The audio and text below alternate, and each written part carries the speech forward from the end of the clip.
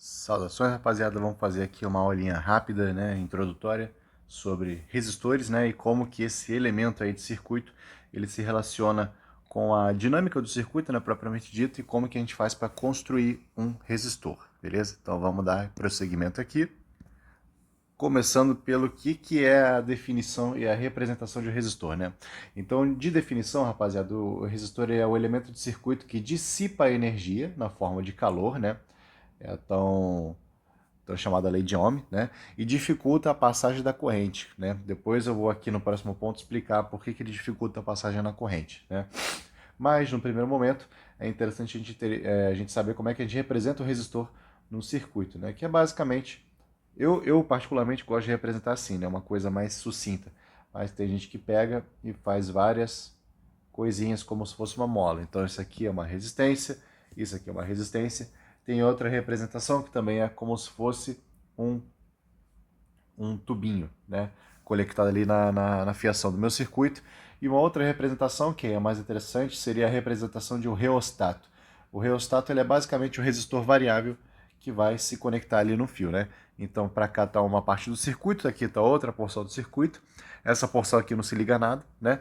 E aí, essa é a representação de um reostato, que é basicamente uma grande resistência, só que variável, né? E aí, vamos dar prosseguimento a ver como é que funciona basicamente o movimento dos elétrons ali no interior do resistor, né? Lembrando que a corrente, né, quando a gente está analisando essa corrente aqui, a gente está vendo o sentido convencional da corrente que pressupõe o movimento de prótons, né? Mas na verdade o que acontece são os elétrons caminhando no sentido contrário, beleza? Então quando a gente está olhando o resistor aqui, é como se ele fosse um grande cilindro, né? Aqui à direita a gente tem a representação, né, a figura de como é que é um resistor real, né? O resistor, microscopicamente falando, ele é como se fosse um canudo cheio de obstáculos, né? Cheio de obstáculos que vão dificultar ali a passagem dos elétrons ali ao longo do interior dele, né? Então, por exemplo, chegou ali meu elétron, vai querer passar aqui, ele vai se chocar, vai se chocar, vai se chocar e assim por diante, até que ele consegue. Alguns não conseguem passar, outros conseguem, né? Então a gente está dificultando a passagem dos elétrons aqui no interior do resistor. Só que quando o meu elétron ele vem, se choca aqui com o interior do resistor, que nem eu fiz ali a representação, ele acaba dissipando um pouco de energia, né? Então, ao mesmo tempo em que esse cara aqui ele dificulta a passagem da corrente, ele dissipa um pouco de energia, dissipa um pouco de calor, né? E aqui a representação real de um resistor, né? O resistor ele é sempre identificado, a resistência é identificada por esse códigozinho de cores aqui, né? Então, dependendo das cores que aparecerem, eu vou ter resistências diferentes, beleza? E é esse aqui que a gente usa nos circuitinhos, né? Por exemplo, os celulares, o resistor está em tudo quanto é lugar. Tudo que for eletrônico vai ter uma resistência ali na placa de circuito, né? Então, a gente não dá muito valor a esse pequeníssimo elemento aí que está presente em tudo que a gente usa hoje em dia, né? E aí, dando continuidade, vamos ver aqui a construção agora de um resistor, né? Porque a gente viu como que é o conceito dele, como que é a representação, e agora falta ver como é que constrói um, né? Aqui a gente está tratando do conceito de resistência, né? Então é basicamente uma medida de quanto que ele vai dificultar ali a passagem da corrente, beleza? Então vamos construir um resistor primeiro olhando para a geometria e para a característica do material, né? Cada material vai ter uma resistividade ρ, né? É uma letra grega, é um 9 ao contrário, e essa letra grega a gente chama de resistividade, né? Que é uma característica, resistividade, que é uma característica do material que vai dizer o quanto que ele vai resistir à passagem da corrente, né? E aí a gente desenhou o nosso esquemático de um resistor. Isso aqui é como se fosse um resistor, um cilindrinho, né? Eu vou falar que esse cilindrinho ele tem raio R e comprimento L, beleza? Comprimento L. Então agora, né, como que funciona a nossa lei? Quanto maior o comprimento, mais difícil é, maior é o caminho, mais dificultoso é o caminho para o meu elétron passar. E quanto maior o raio, maior é a área de seção transversal e, por consequência, mais fácil fica para o meu elétron ali atravessar, né? Para minha corrente atravessar o resistor, o elemento de circuito, né? Então a minha resistência ela vai ser diretamente proporcional à resistividade, diretamente proporcional ao comprimento e inversamente proporcional à área de seção reta, que eu vou escrever como A, e nesse caso particular, vou escrever como π rzinho quadrado, beleza? Então a nossa resistência, perdão, para um resistor cuja geometria é conhecida, né, é dada da seguinte forma: R é igual a resistividade ρ que multiplica o comprimento L sobre a área de seção reta A, beleza? Então essa aí é a nossa primeira formulinha, pessoal. Sugiro aí que quem estiver escrevendo no caderninho, um bisuário, anote. Ela é uma fórmula bem importante, tá? E aí, dando prosseguimento, a gente consegue definir o resistor não só pela geometria, pela construção dele, mas também pela tão conhecida como lei de Ohm, né? Essa lei de Ohm a gente está olhando basicamente para qual a função que ele desempenha no circuito, né? Lembrando, circuito é um aglomerado de elementos de circuito, pode ter um resistor, uma bateria, um capacitor e assim por diante, né? E aí o resistor, ele vai ter sim a sua definição, as continhas dele lá no elemento de circuito, né? E aí, basicamente o que está acontecendo? Se eu pegar aqui um resistor genérico, né? Vou falar que ele possui uma resistência R e eu vou falar ainda que passa uma corrente I através dele, né? Se a gente definir esses pontos A e B, a gente tem duas coisas importantíssimas que vão acontecer aqui, né? Sempre que uma corrente atravessa um resistor, o que acontece é que o potencial depois do resistor vai ser menor do que o potencial antes do resistor. Então a primeira continha que a gente pode escrever aqui é o potencial do ponto A, ele é menor do que o potencial do ponto B. Essa é a nossa primeira conta. E aí quando a gente definir o tal do UAB, ou seja, a diferença de potencial entre A e B, entre os pontos A e B, a gente consegue descrever a lei de Ohm, né? Que é basicamente U é igual a RI. Ou seja, a diferença de potencial nos terminais do resistor é igual à resistência que multiplica a corrente que atravessa aquela resistência, beleza? Se a gente for olhar aqui no circuito, onde que estão os terminais desse resistor aqui, né? São esses terminais, né? E eu vou supor que passa uma corrente Izinha aqui. Se essa resistência for R, eu consigo calcular qual que é a diferença de potencial UAB aqui nos terminais desse resistor que já está conectado ali naquele circuito, beleza? Então é interessantíssimo vocês terem essa visão para fazer uma análise eventualmente isolada de um resistor, lembrando sempre desses conceitos, né? A DDP, o potencial depois que a corrente passa pelo resistor diminui e a gente tem a lei de Ohm para definir a resistência também, né? Inclusive isso aqui pode ser usado para definir a resistência também, né? A gente viu anteriormente como é que define a resistência a partir da construção geométrica e aqui seria a partir da característica do circuito, né? Então a resistência ela também pode ser descrita como a diferença de potencial nos terminais do resistor dividido pela corrente que atravessa aquele resistor, beleza? E aí a gente vem para o conceito de resistência equivalente, né? Porque quando a gente viu lá no início, a resistência é o elemento que dificulta a passagem da corrente e também é o elemento que dissipa energia, né? Até o momento a gente não falou de dissipação de energia, mas é interessante que a gente note o seguinte: resistência equivalente, pessoal. Aquele circuito que eu desenhei aqui em cima, ele é muito simples, ele é uma bateria ligada em série com uma resistência ligada em série com um capacitor, né? Só que eu posso eventualmente ter um emaranhado de resistências, de modo que fique complexa a minha análise, né? Eu posso ter um emaranhado aqui da dificuldade que for, né? E aí qual que é o esquema? Quando eu quero calcular a resistência equivalente, eu quero transformar todo esse aglomerado de resistores num único elemento que surta que faça o mesmo desempenho que esse aglomerado de resistores faz no circuito. Então eu estou basicamente trocando o circuito complexo por um circuito simplificado de um único elemento que eu vou chamar de resistência equivalente, né? E aí qual que é a característica dessa resistência equivalente, pessoal? A primeira característica é a seguinte: se eu falar que esses terminais aqui no circuito original são A e B, a primeira característica da resistência equivalente é, mantidos os mesmos terminais A e B, a corrente que vai passar ali é a mesma, né? Então, por exemplo, se eu falar que ali no UAB, né, passava uma corrente Izinho, aqui também nesse UAB também vai passar a mesma corrente Izinho.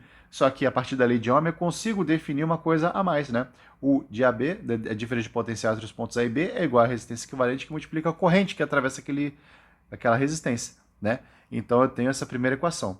E a segunda equação, que seria a definição propriamente dita de resistência equivalente, é, lembrando que a resistência dissipa calor, né? Dissipa calor na forma de potência, né? Na forma de potência. Faltou o D aqui, mas tem um D aqui, beleza? Então, todas essas resistências aqui nesse circuito grandão estão dissipando uma certa quantidade de calor. Quando eu transformo isso aqui no equivalente, aquele único resistor vai conseguir dissipar esse resistor aqui, ó, ele vai conseguir dissipar a mesma quantidade de potência que esse aglomeradozão aqui dissipava anteriormente, né? Então essa que é a definição de resistência equivalente. Ele mantém a corrente, dada a mesma diferença de potencial, e ele dissipa a mesma quantidade de watts do que o circuito original, beleza? E aí, se a gente der continuidade, a gente pode trabalhar aquelas associações, né? Existem dois tipos de associação, que é a associação em série e a associação em paralelo, beleza? A associação em série é o seguinte: se eu tenho dois resistores, um emaranhado de resistores, melhor ainda, um emaranhado de resistores, e todos eles são atravessados pela mesma corrente, sem bifurcações. O que é uma bifurcação? É eu pegar esse ramo aqui de circuito e bifurcar. Bifurquei, bifurquei, bifurquei. Se eu não tenho nenhuma bifurcação ali no meio do caminho e aquela corrente atravessa todos aqueles elementos ali, todos aqueles resistores, né, eu posso dizer que aquelas resistências ali, ó, R1, R2, R3 e o R4, todos estão em série, né?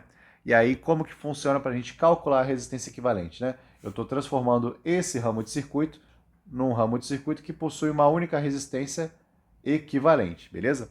E aí, para a gente calcular a resistência equivalente em série, é basicamente fazer a soma das resistências que estão em série, R1 mais R2 mais R3 mais R4, beleza?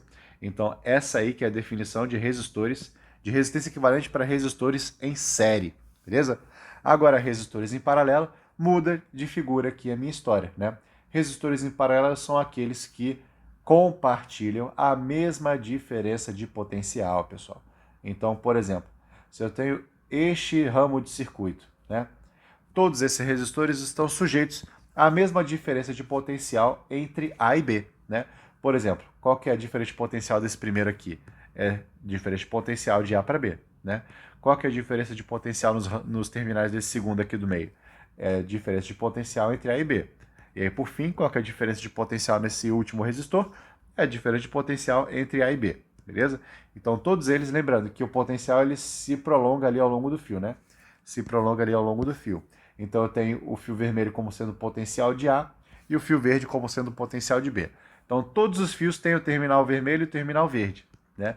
Então, todos eles vão compartilhar a mesma diferença de potencial nos seus terminais, beleza? E aí, para eu fazer, por exemplo, a associação em paralelo desses resistores R1, R2 e R3, né? Eu quero novamente transformar um circuito complexo num único elemento que dissipe a mesma potência, lembrando, essa resistência equivalente aqui, ela dissipa a mesma potência que o emaranhado de resistores, tá? Então eu quero transformar esse emaranhado de resistores num único resistor que dissipe a mesma potência e faça passar a mesma corrente ali no meio, né? E aí, para a associação em paralelo, vai funcionar de uma maneira um pouco diferente, né?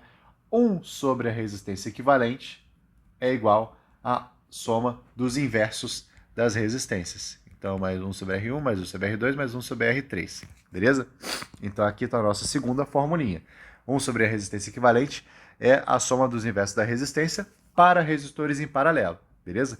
Lembrando que resistores em paralelo compartilham a mesma diferença de potencial. E aí, quando a gente vem para a resistência equivalente em série, né? Resistores em série são aqueles que não apresentam bifurcação no caminho e compartilham a mesma corrente ali. Beleza? Então, nós já definimos ali as nossas duas associações, né? Série e paralelo. E aí, nada mais justo do que a gente começar a falar de potência dissipada. E essa fórmula aqui, rapaziada, ela é muito tranquila de ser gravada, né? A galinha faz có, o galo faz cocoricó e o pintinho piu, né? Aquela famosa música, né? Famosa música. Potência dissipada é corrente que multiplica DDP, né? Então, se a gente for analisar isso aqui um pouco mais a fundo, qual que é a ideia? Quando a gente define aqui o nosso elemento resistor, né? E a gente fornece a ele uma diferença de potencial nos terminais U, AB, né? Então, diferença de potencial AB. Eu vou supor ainda que esse resistor tem resistência R e que ele é atravessado por uma corrente I, beleza? Lembrando que todos esses valores aí estão associados entre si pela equação de Ohm, né? Pela lei de Ohm, que é o seguinte: diferença de potencial entre A e B é igual à resistência que multiplica a corrente que atravessa aquela resistência, beleza? A potência dissipada vai ser aquela corrente que atravessa a resistência que multiplica a DDP entre A e B, beleza?